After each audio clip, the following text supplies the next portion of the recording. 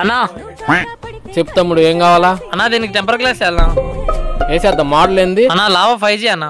50 రూపాయలు ఉంది, 100 రూపాయలు ఉంది. ఏది వేయమంటే? వద్దులేనా 50 రూపాయలు వేసి. 50 రూపాయలు అయితే అంత క్వాలిటీ ఉండదు తమ్ముడు, ఊరికనే బయలుపోద్ది. అదే నీకు 100 రూపాయలు అనుకో, క్వాలిటీ ఉంటుంది, వారంటీ కూడా ఉంటుంది. బయలుపోతే మేము వేసిస్తాం మళ్ళీ ఫ్రీగా. అవునా సర్లేనా, అట్లేదు 100 రూపాయలు వేసి. 100 రూపాయలు వేయమంటావా? సరే, ఇట్టుండాలి కస్టమర్లు. కొందరు వచ్చారు పీడిస్తూనే ఉంటారు.